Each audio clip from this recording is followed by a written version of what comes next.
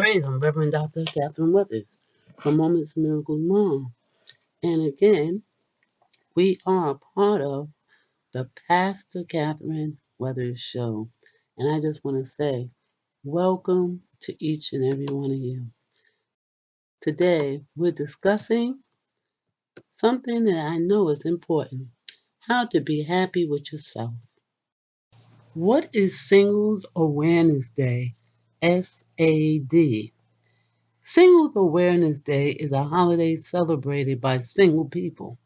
It serves as a complement to Valentine's Day for people who are single, that is, not involved in a romantic relationship.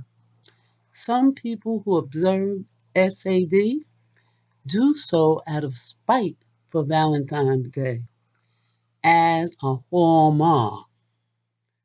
So, when is Singles Awareness Day?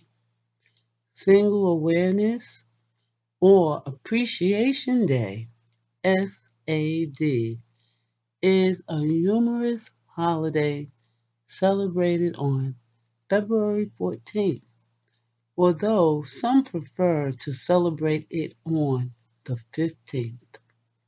Single Awareness Day, I found in Wikipedia. So happy Single Awareness Day to you, you, and you.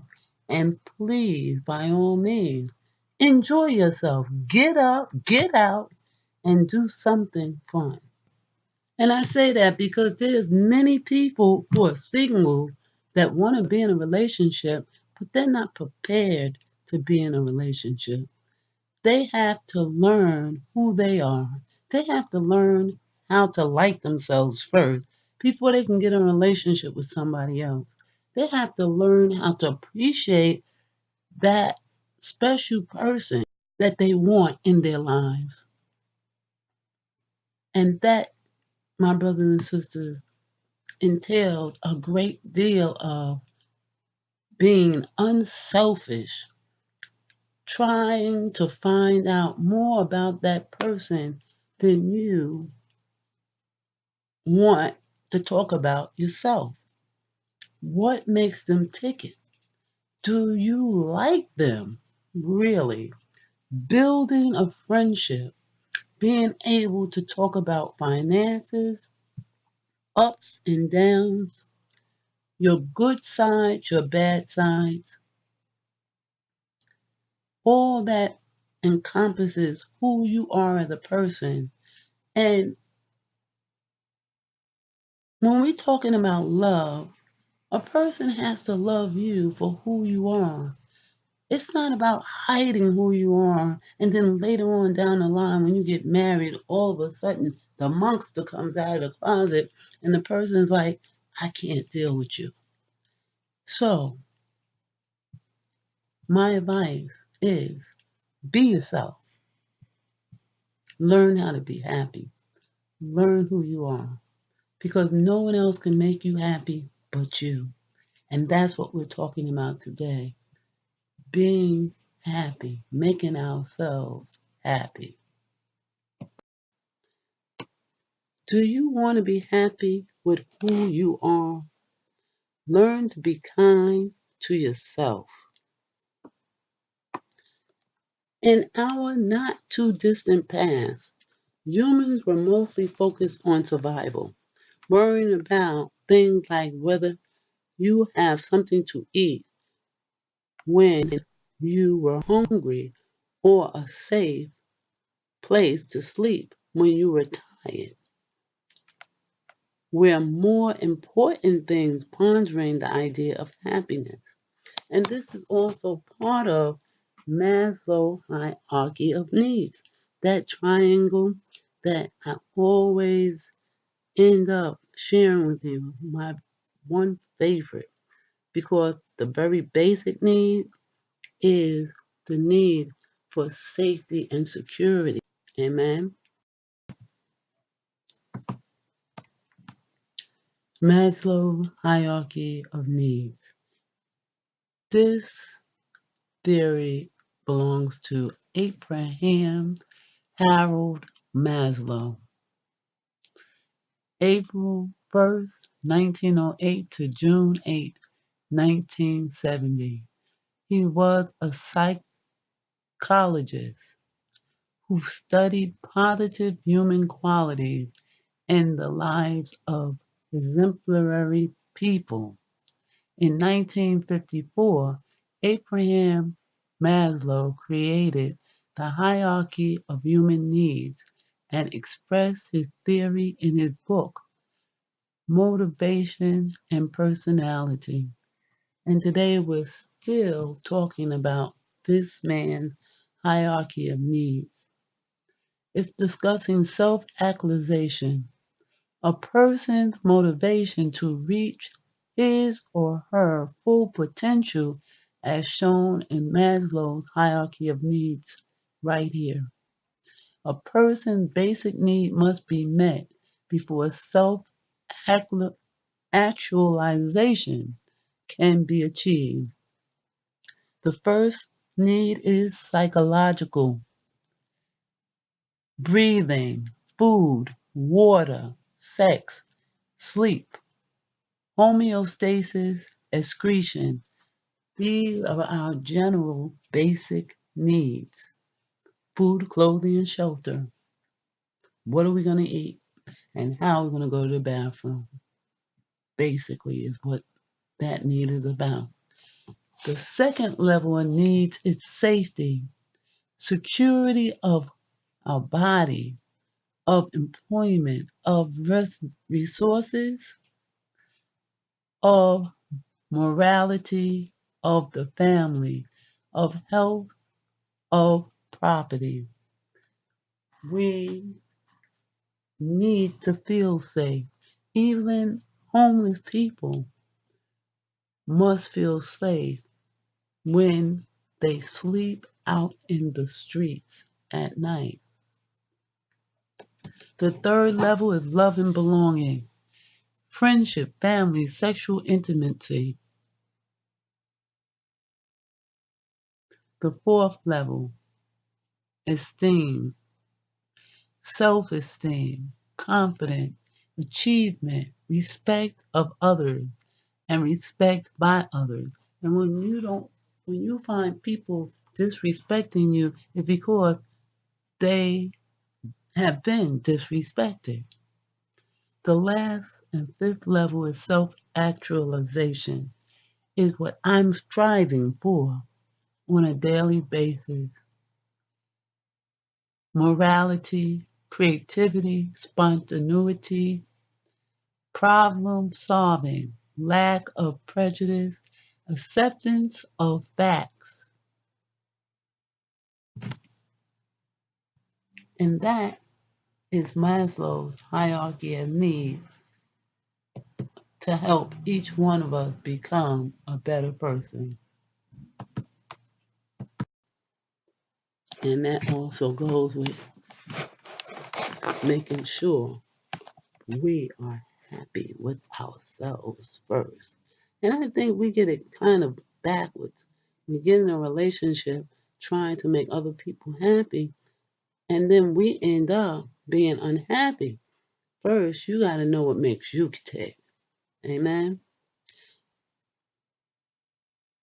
So, although there are still people around the world who struggle with meeting their basic needs, food, clothing, shelter is our basic needs. Being able to eliminate waste. Okay? Most of us have the luxury of a little free time. We often spend at least a portion of it wondering whether we are happy, and if not, what we need to make us happy. And I know you're no different. Some people think that they be truly happy with themselves if they had a perfect body, a high powered job, a lot of money, or fame. However, there are plenty of well known, well off, attractive people who aren't happy. The opposite is also true. Dr. Robert Biwas Diner, who works in the field of positive psychology, survived a group of Maasai warriors in Kenya about their happiness. And I should say, surveyed a group of Maasai warriors in Kenya about their happiness. The Maasai don't generally have the things that people in the developed world consider to be happy or to be happiness generators, such as material wealth, but they still overwhelmingly think of themselves as happy. This doesn't mean that wealthy people can't be happy. It just means that being wealthy doesn't automatically confer happiness. The same goes for any other attribute, fame, underweight. So if happiness doesn't come from what you do or what you have, where does it come from? According to Dr. Robert Holden, founder of the Happiness Project, those looking for happiness often don't realize they already have it. Being happy with yourself isn't so much about pursuing it, but finding things that you can do to help you recognize your happiness. In this article that I'm reading today, right now, we'll examine a few of these ways, starting with accepting yourself, because that is where it begins. Self acceptance. The concept of self acceptance is pretty basic on the surface. It means recognizing that you're a highly complex individual who is okay just as you are. It requires you to embrace everything about yourself, including those things that you perceive as weaknesses or flaws. This is different from self esteem, which is a measurement of how worthy we see ourselves. In fact, psychotherapist Albert Ellis argued that people with extremely high self esteem typically base their self acceptance on conditions such as how well they measure up in comparison to others. And this you can find in the Journal of Relational, Emotive, and Cognitive Behavior Therapy. Psychologists, many psychologists believe that our level of self acceptance directly correlates with how we were accepted by our parents and other authoritative G figures. Children look up to their parents to provide acceptance before they reach the age in which they start forming opinions about themselves. If the message is positive, then they're more likely to grow up accepting themselves than children who grow up being told that they're not good enough. Today, many black people believe that they could be the next president just because of President Obama.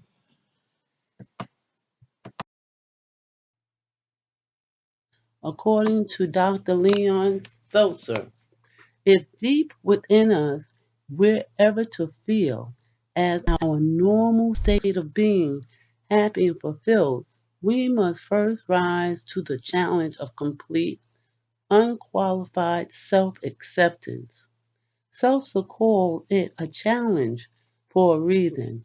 You may be combating years of feeling guilty, judging, and criticizing yourself.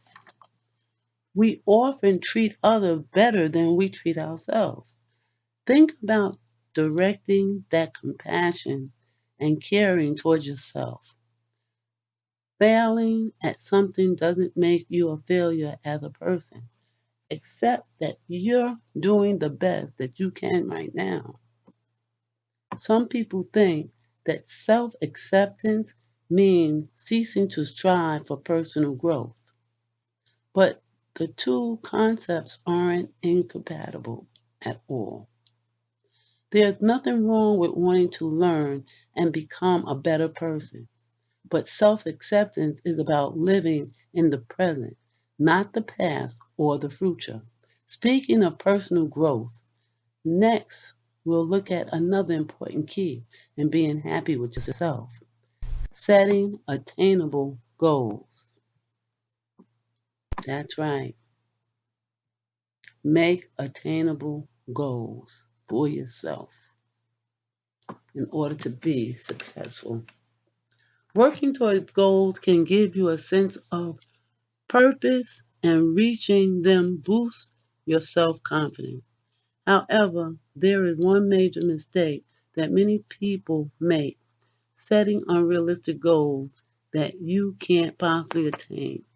Instead of feeling gratified and accomplished, excuse me, gratified and accomplished, you can end up feeling worse about yourself than before. Suppose you had a physical recently and your doctor stated that you would be healthier if you exercised and lost some weight. So you decide to lose 25 pounds, 11.3 kilograms, in 4 weeks. Your reason that you can do this by exercising 90 minutes a day and sticking to a strict diet of 1,000 calories. But when you get too tired to exercise, eat over your calorie limit, or don't lose the weight, you feel like a failure. If you never exercised before, it's not realistic to expect that you'll certainly be able to exercise for an hour a day. Eating 1,000 calories isn't enough for most people, so it's completely understandable that you blow your diet. Finally, most doctors recommend that you lose no more than 4 to 6 pounds per month. You're not a failure. How do you know that you're setting a goal that you're more likely to achieve? One way is to use a technique called SMART. SMART. The S means specific. Be as precise as possible. Instead of exercise, your goal should be something like exercise 30 minutes per day, or even to start at 15 minutes a day and progress by the end of the week, 30 minutes per day. M, measurable. Come up with a way to measure your success. Play guitar better isn't measurable. Learn how to play one new song per week is measurable. A, attainable. If there's no way you can reach your goal, you're setting yourself up to failure. Save $100 a month isn't attainable if you only have 50 left in your checking account. Having checking account after paying your bills are realistic. Your goal should stretch you, but not necessarily be easy. Never drink coffee again may be less realistic than only drink once a week. T, timely. Set a clear time frame in which you want to reach your goal. If you don't have a deadline, you may not feel motivated to push yourself. Our relationship with our typically play a huge part in our happiness. If one of your goals is to improve and strengthen your personal relationship, consider the importance of forgiveness. We'll talk about that next. Goal setting studies. There's a famous goal setting study that was conducted at Yale University in 1953. Seniors graduating that year were asked if they had goals for the future, and 3% responded in the affirmative. In 1973, researchers checked back and discovered that those who had specific goals when they graduated were far wealthier 20 years later than the 97% who didn't. Countless self help gurus, from Tony Robbins to Zig Ziglar, have seized this study. The problem is that the study didn't happen. It appeared to be an urban legend. There's no way to prove that goal setting equals financial success. However, recent studies, such as a 2007 study conducted at the Dominican University of California, has shown that people who write down their goals and update friends with their progress tend to be more successful in meeting their goals than those who simply think about them. What about learning how to forgive? You've probably been taught that forgiving someone who causes you pain is a good thing, while holding a grudge against a person is a bad thing. But like so many other worthy aspirations, it's easier said than done. Consider this, however.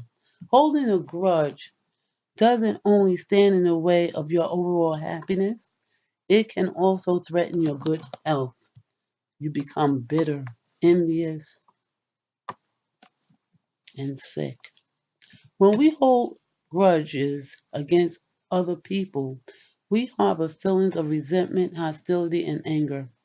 These emotions are troubling because a study conducted by the Columbia University College of Physicians and Surgeon Cardiovascular Institute in 2008 lists them as risk factors for heart attack. Amen. Focusing on negative feelings also take up time and energy that could be spent on something else. Instead of plotting revenge against someone, you could be doing something more worthwhile or just having fun. What about pray for them instead of praying or thinking negatively about people that harmed you? Pray good things for them. If a negative thought comes in your mind, automatically turn that negative thought into a positive thought. Father bless them instead of Father curse them. Amen. Doctors, writers, and philosophers Deepak Chopra suggests that learning to forgive is a process. It begins with realizing that you are in charge of your own emotions. You have no control over what anybody else does, but you can choose how to react. Then you focus on your emotion and exactly how you felt when that person wronged you. You may have a mix of emotions. Go ahead and name them. Try to examine the situation from the other person's point of view or as an impartial observer. Next, discuss your feelings with someone else. It could be the person you're trying to forgive or just a trusted friend. Consider writing about how the incident made you feel. Some people choose to symbolically get rid of their feeling by writing them down and then burning the paper. So it's time to make time for fun. Remember the old proverb, all work and no play makes Jack a dull boy? Not only do we become boring and bored when we don't take a break from work, we also become unhappy. A common belief is that the only way to be successful or to be ahead is to push ourselves to the breaking point. Work, work, work, work, work, work, work, work, work, work, work, work, work, work. Neglecting other facets of our lives in favor of our career.